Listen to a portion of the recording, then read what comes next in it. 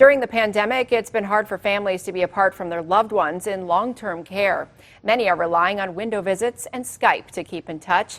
Now, Iowa Governor Kim Reynolds is looking to ease those restrictions. KIMT News 3's Nick Kruszalnicki is live in Mason City with the details of the plan. Nick?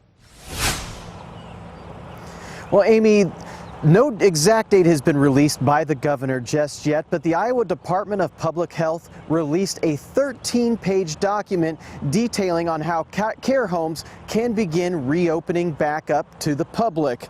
Now, the guidelines have a three-phase approach for reopening for visitors, with the first phase being the most secure, and the third phase would allow the most access. There are still plenty of rules for long-term care homes to abide by, like a period of 14 days since a COVID case was identified and having an adequate supply of PPE on hand. I spoke with Michael Davis, who's the administrator of the IOOF home in Mason City. He says his feelings are mixed when it comes to allowing visitors back in.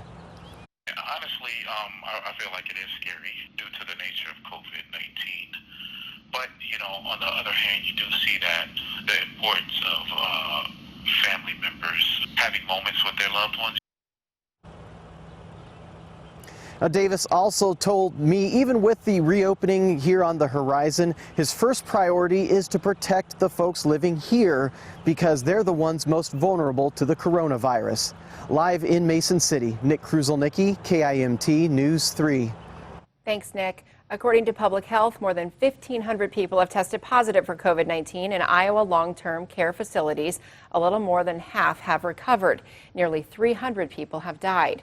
Meanwhile, in Minnesota, long-term care facilities, more than 3,000 people in long-term care facilities have been infected since the pandemic started. More than 900 of those patients have died. George?